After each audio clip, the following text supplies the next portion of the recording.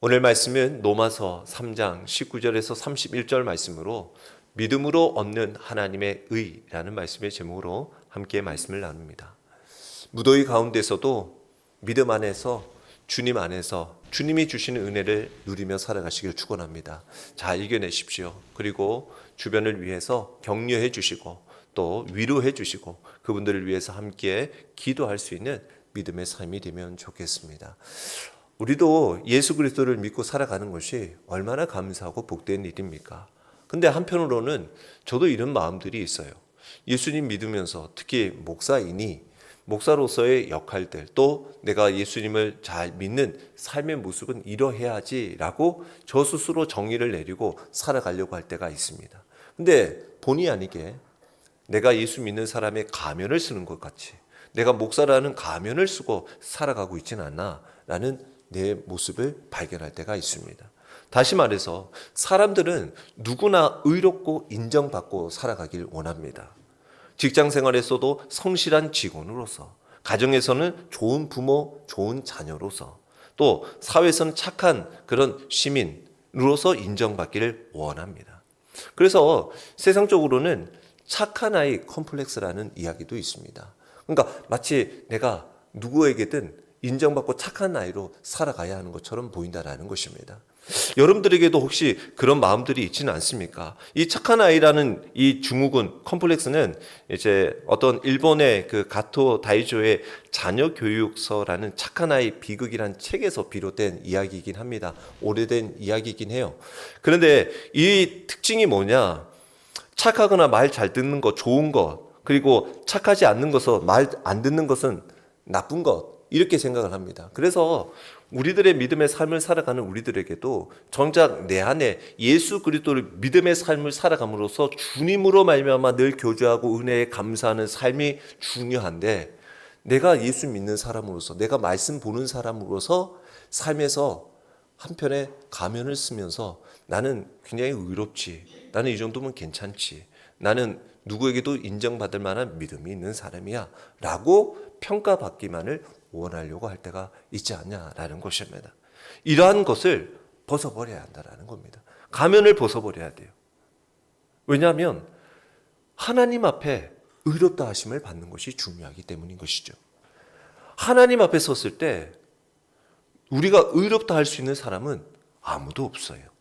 바울은 로마서 3장 10절에도 의인은 없나니 하나도 없다라고 말씀하고 있습니다. 우리가 아무리 선을 행하고 율법을 지킨다 한들 하나님 눈앞에는 죄인일 뿐이더라라는 것입니다. 그래서 어느 철학자도 인간은 스스로 의롭자라고 하지만 결국에는 실망시키는 존재라는 것을 발견하게 되더라라는 것입니다. 우리가 도덕적으로 우리가 학교에서도 윤리를 배우고 또 여러 가지 좋은 독서, 도서를 통해서 교육을 배우면서 살아가는 이유가 뭡니까?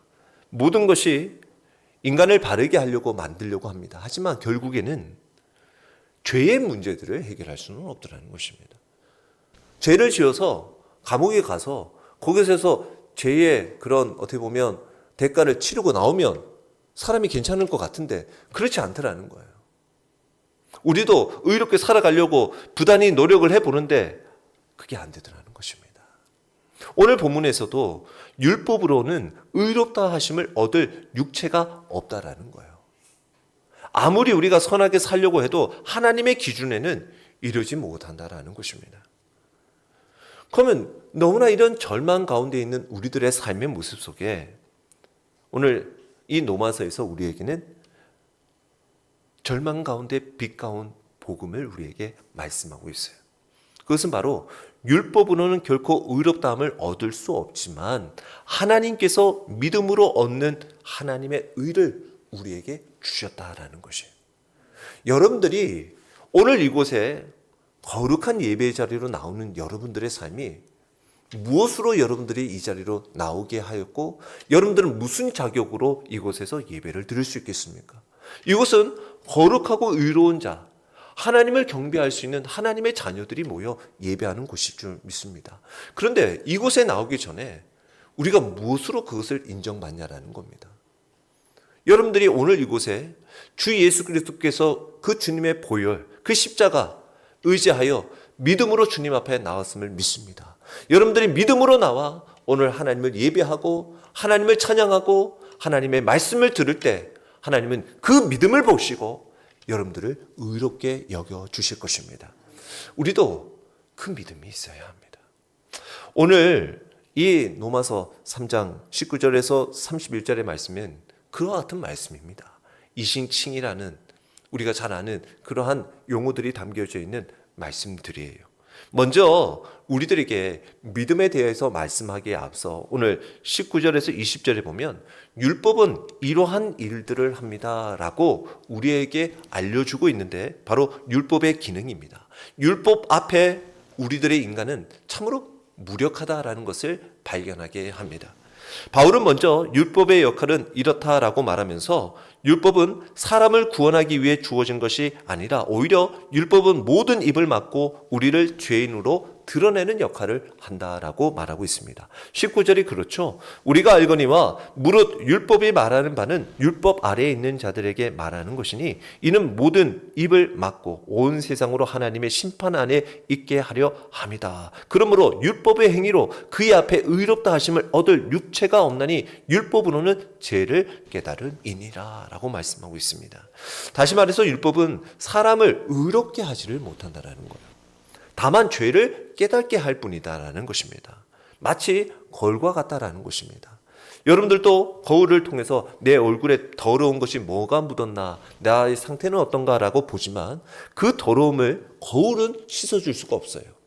어린아이가 초콜릿을 먹으면서 초콜릿이 얼굴에 잔뜩 묻었어요. 엄마가 야, 너 얼굴에 한번 뭐가 묻었는지 한번 봐라. 그래서 거울에 가서 보니까 이 초콜릿이 묻었다고 거울이 야, 너 얼굴 엄청 더러워. 너 초콜릿 묻어서 얼굴이 시커매졌네. 라고 거울이 말해줄 수는 있어도 내가 너 깨끗하게 해줄게. 라고 거울은 할 수 없다라는 것입니다. 율법도 마찬가지예요. 율법은 죄를 드러내지만 우리를 깨끗하게 하지는 못한다라는 것입니다. 또한 마치 의사의 진단서와 같다라는 것입니다. 의사도 우리가 병에 안고 뭔가 힘들다면 의사에게 가죠. 의사가 병을 이렇게 검진을 하다 보면 진단을 알게 됩니다. 그래서 이런 병입니다 라고 말을 합니다. 근데 이 진단서만으로 병을 고칠 수는 없어요. 병을 알았다고 해서 그것이 낫는 것은 아니기 때문인 것이죠. 진단은 있어야 치료를 받을 수 있지만 이 율법 역시 죄를 드러냄으로 말미암아 우리를 어디로? 십자가로 이끌어가게 한다라는 것입니다. 사람은 언제나 자기의 의를 주장하려고 합니다. 나도 나름대로 착하게 살았지. 내가 이 정도면 다른 사람보다 괜찮지. 우리도 얼마든지 이 정도면 괜찮은 거 아니냐라고 말하고 있습니다. 그러나 율법은 우리의 깊은 내면에 있는 것을 들춰보게 합니다. 10계명을 하나하나 여러분들이 한번 대조해서 한번 보십시오. 살인하지 말라라고 하죠.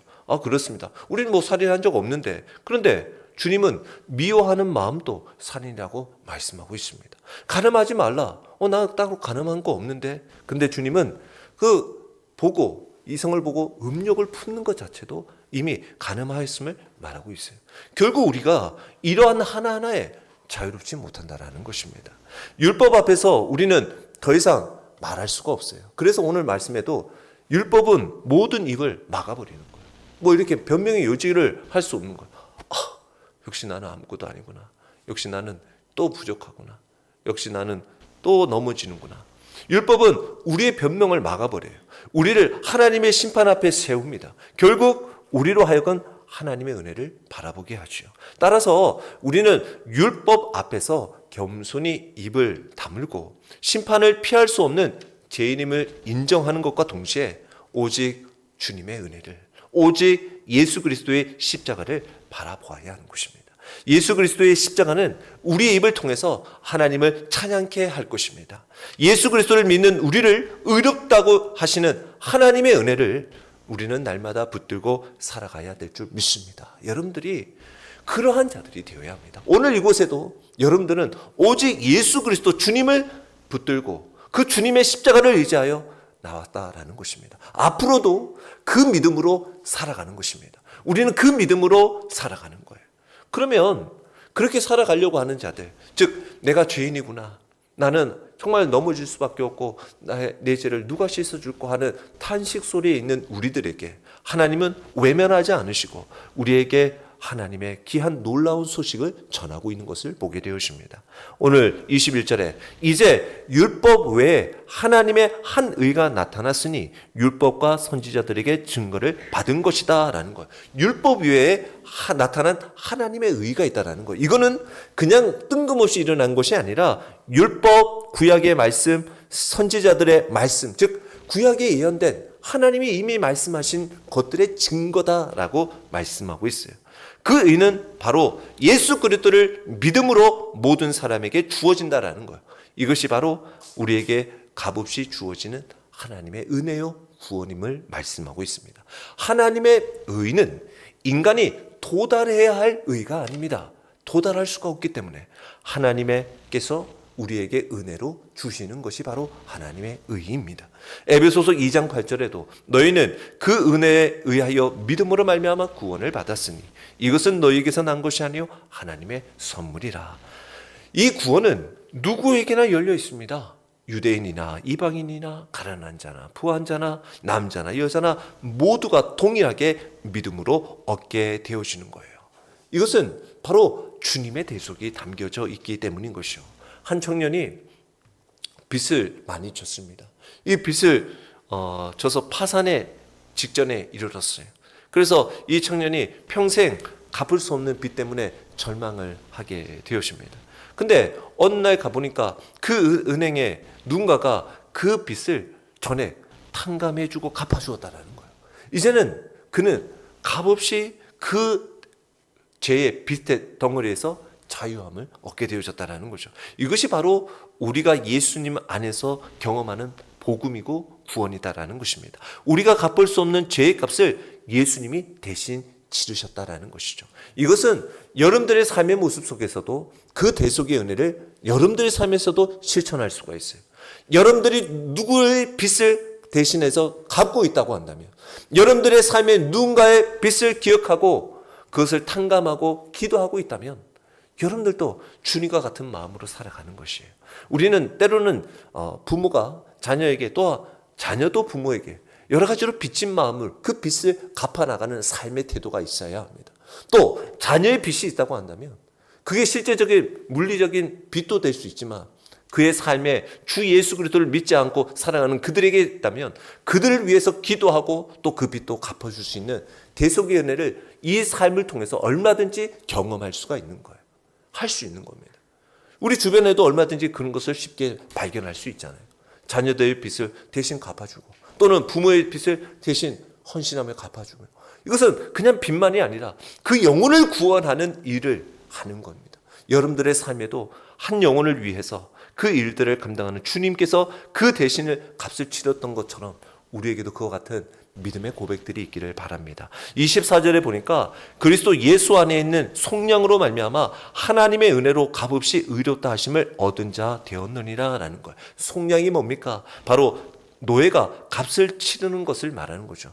이 노예는 그 값에 팔려가서 노예 신분이 계속 유지가 되어야 하나 이제 어떠한 누군가가 그 노예의 값을 치러서 너는 이제 자유함을 주는 것입니다. 우리는 죄의 종이었지만 예수 그리스도의 그 피 보혈의 값으로 우리는 자유함을 얻었습니다. 여러분들의 생명, 그 한 사람, 우리 예수 그리스도를 믿는 그 영혼의 한 사람의 모든 영혼, 생명이 바로 주님의 보혈의 값으로 치러졌다라는 거예요.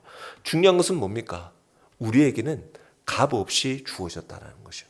내가 한 것이 아니라, 우리가 한 것이 아니라 전적인 하나님의 은혜로 주어졌다라는 것입니다. 그러면 우리는 이와 같은 믿음의 삶을 살아가는 우리들은 어떻게 해야 하겠습니까? 아직까지도 여러분들은 어떠한 구원의 노력을 내 삶으로 어떻게 내 헌신으로 얻어보려고 애쓰고 있습니까? 아니면 전적은 하나님의 은혜로 의지하며 살아가고 있습니까?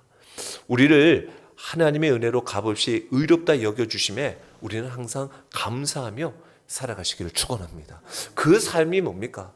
바로 하나님을 예배하는 거예요. 하나님의 주님의 귀한 그 은혜를 전하며 살아가는 거예요.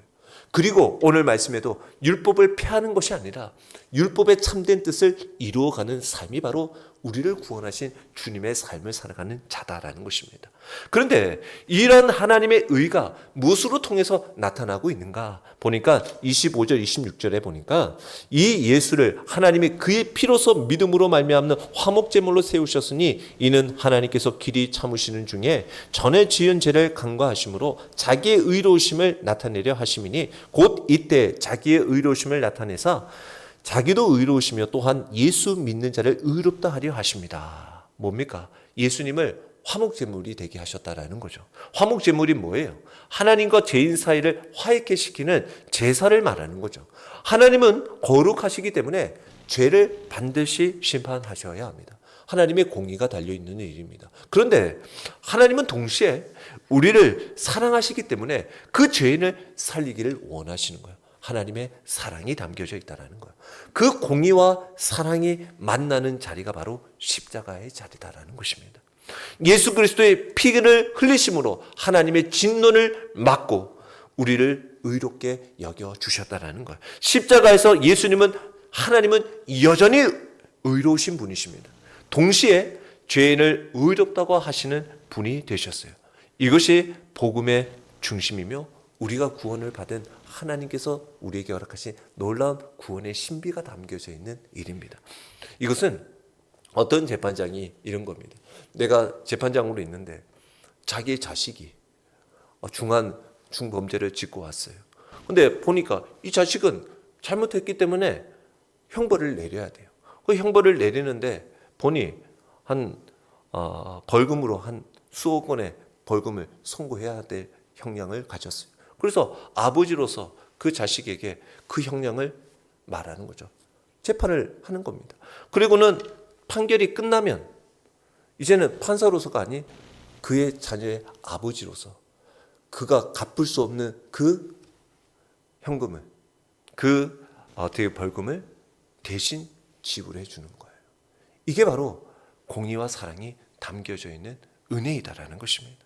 십자가도 바로 이와 같은 그림이다라는 거예요. 하나님은 죄를 가볍게 여기지 않으셨어요. 대신 아들의 피로서 그 대가를 지불하셨습니다. 여러분들은 예수 그리스도의 십자가를 바라보면서 하나님의 공의와 사랑을 함께 바라보고 계시냐라는 것입니다. 여러분들의 삶의 모습 속에 주님의 십자가가 여러분들의 삶은 어떤 의미로 다가오십니까? 이런 가운데 하나님께서는 율법 외에 하나님의 의가 나타났다는 거예요.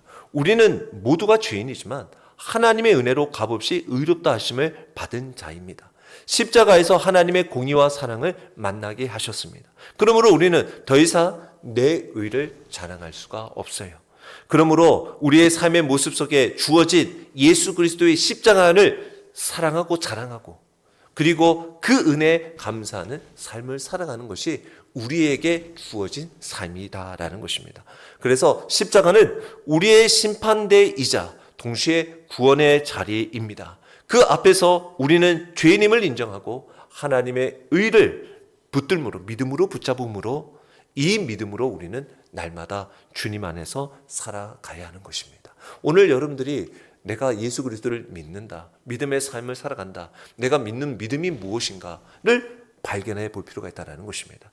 오늘 여러분들의 삶의 모습 속에서 나의 모든 죄와 허물들이 드러나는 그 현장, 바로 주님 앞에 그것은 바로 나를 십자가로 이끄셨구나. 그리고 그 십자가의 그 은혜와 그 공의와 사랑으로 내가 구원받은 백성이 되었구나. 하나님의 의로우심은 여전히 우리를 말씀하고 있구나. 그런 가운데 우리는 그 믿음으로 얻어진 그 의로우신 하나님의 의로움을 우리는 자랑할 것이 없는 하나님의 전적인 은혜임을 우리에게 거듭 말씀하고 있습니다. 여러분들이 내가 예수 그리스도를 믿고 믿음의 삶을 살아가는 여러분들이 구원받은 것이 여러분들의 삶에서 내 스스로 어떠한 것을 가지고 얻어진 것이 아니기 때문에 여러분들의 삶은 누구만? 주님만 나타나야 돼요. 주님이 나타나야 되는 거예요. 여러분들의 자랑들은 무너져야 돼요. 여러분들의 어떠한 말들은 없어져요. 오늘 여기에서 27절에 그 말입니다. 그런즉 자랑할 때가 어디냐? 있을 수가 없느니라. 무슨 법으로냐? 행위로냐? 아니라 오직 믿음의 법으로느니라 라고 말씀하고 있습니다. 믿음은 모든 자랑을 무너뜨립니다. 바울은 결론적으로 말합니다. 이제 자랑할 것이 없습니다 라는 겁니다. 우리가 의롭다 하심을 얻은 것은 우리의 공로가 아니라 전적으로 하나님의 은혜인 것입니다. 사람은요, 누구나 자랑하고 싶어 합니다. 여러분들이 지금까지 신앙생활 하면서 여기 예배 자리에 온 거 여러분들이 누가 끌고 왔습니까? 아니잖아요. 여러분들이 걸음으로 여러분들의 그 시간을 내면서, 또 어떤 세상적으로 말하면 헌금도 드리면서, 또 모든 시간도 소비하면서 이 시간에 달려왔어요. 그러면 세상적으로 너가 그 노력으로 성취한 것 아니냐, 얻으신 거 아니냐라고 말할지 모릅니다. 그러나 남들보다 내가 내세울 거, 내 스스로 정당화하려고 살아갈지도 몰라요. 내 믿음을 가지고. 그러나 하나님 앞에서는 그 어떤 자랑도 설 자리가 없습니다. 왜냐하면 우리를 구원하신 것은 나의 행위, 우리의 행위가 아니라 오직 믿음을 통한 하나님의 은혜이기 때문인 것이죠. 그래서 우리는 오직 예수 그리스도만 자랑해야 하는 것입니다. 여러분들의 입술에, 여러분들의 삶에 예수님이 나타나야 되는 거예요. 그래서 믿음의 사람은, 우리의 삶의 모습 속에 예수 그리스도는 모든 사람들에게 열려있는 분이십니다. 오늘 29절에서 30절의 말씀이 그래요.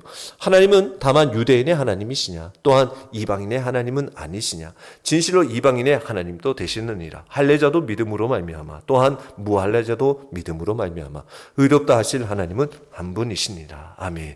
바울은 믿음으로 얻는 의가 특정 민족에게나 종교적인 특권을 가진 자들에게만 주어지는 것이 아님을 말씀하고 있습니다. 유대인들, 자기 스스로 하나님의 택한 백성이라고 생각하는 그들에게만 이루어진 것이 아니라, 또 뭔가 개 취급받고 인간 취급받지 못하는 이방인들은 전혀 하나님의 백성이 되지 않느냐? 그렇지 않다라는 것이죠. 할례 받은 자들, 이 자들만 그런 것이 아니다. 무할례자도 모두 동일하게 믿음으로 구원을 받는다라는 겁니다. 하나님은 한 분이시며 그분은 모든 사람의 하나님이시다라는 것입니다. 그러므로 복음에는 모든 자들에게 하나님은 은혜를 베풀어 주셨다라는 것이죠. 우리도 교회 안에서 신앙의 경력이나 어떤 사람의 어떤 직분, 또 삶의 배경을 가지고 우열을 나눌 수는 없어요. 여기서 어떤 사람이 뭔가 세상에서 우월한 사람이 왔다고 해서 여기서 특별한 대우를 해주고 그런 건 없어요. 교회에서는 누구도 동일하게 모두가 하나님의 자녀요 성도인 것입니다. 그리고 모두가 동일하게 은혜를 받았고 하나님의 사랑받는 자녀라는 것을 우리는 잊지 않아야 합니다. 동시에 모든 자들을 품고 위로해 주시고, 또 어려운 자들이든 힘없는 자들이든 더욱더 그들을, 연약한 지체들을 위한 도움으로, 사랑으로 격려해 주어야 하는 것입니다. 그래서 우리가 이렇게 율법을 통해서 우리가 죄인인 것을 드러냈고, 그 죄로 말미암아 십자가, 하나님께서 우리에게 허락하신 한 의로우신 예수 그리스도를 믿는 믿음의 자리로 나와 자랑할 것이 없고, 우리는 주님 주신 것에 그 모든 사람이 열려있는 것을 통해서 복음을 증거하고 살아가는 우리들의 결국의 자리는 또 어디냐? 오늘 말씀해 보니까 31절에 그런즉 우리가 믿음으로 말미암아 율법을 파괴하느냐? 그럴 수 없느니라. 도리어 율법을 굳게 세우느니라 라는 거예요. 우리가 율법주의자가 되어라 라는 말이 아니에요. 그것은 다름이 아니라 믿음으로 의롭다 하심을 얻었다고 해서 율법이 무가치하다라는 것을 말하는 것이 아니죠. 오히려 믿음은 율법을 완성하게 한다라는 것입니다. 즉 율법은 인간의 죄인임을 드러내는 역할을 했다고 말씀드렸어요. 그런데 믿음은 우리로 하여금 율법의 참된 의미를 깨닫게 하는 거예요. 예수 그리스도께서 율법을 완전히 이루셨고 우리는 그분을 믿음으로 율법의 참뜻을 따르게 되어지는 거예요. 즉 예수님께서 승리하신 것처럼 우리도 예수님을 믿음으로 승리의 자리에 온 거예요.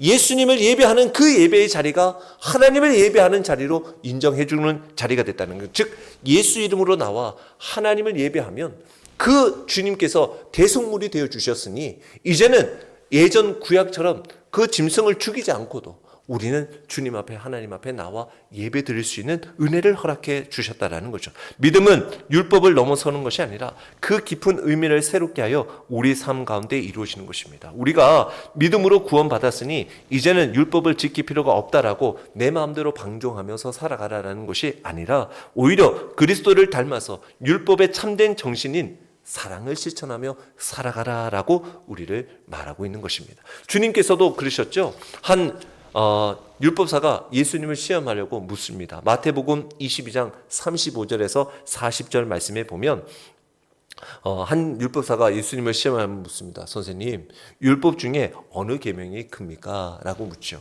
그러자 예수님께서 이르십니다. 내 마음을 다하고 목숨을 다하고 뜻을 다하여 주 너의 하나님을 사랑하라 하셨으니 이것이 크고 첫째 되는 계명이다. 둘째는 그와 같으니 내 이웃을 내 자신과 같이 사랑하라 하셨으니 이 두 계명이 온 율법과 선지자의 강령이더라 라는 것입니다. 주님께서 우리에게 말씀하신 거예요. 우리의 삶의 모습 속에 하나님과 이웃을 사랑하면서 살아가기를 원하고 계시는 거예요. 여러분들이 예수 그리스도를 믿고 구원받았다라고 한다면 여러분들의 삶의 모습 속에는 어떠한 가면이 있는 것이 아니라 주님이 그와 같이 살아가신 것처럼 주님의 삶을 본받아 하나님을 예배하고 하나님의 말씀을 쫓아 사랑하며 섬기며 살아가는 삶을 살아가시기를 축원합니다. 우리가 하나님을 사랑함으로 교회에 나와 예배를 드리고 봉사하는 것, 그리고 이웃을 사랑하여서 이웃을 위해서 선행을 베풀고 또 우리는 복음을 전하기도 하고 어려운 일들을 돕고 하는 것은 구원을 받기 위한 조건이 아닙니다.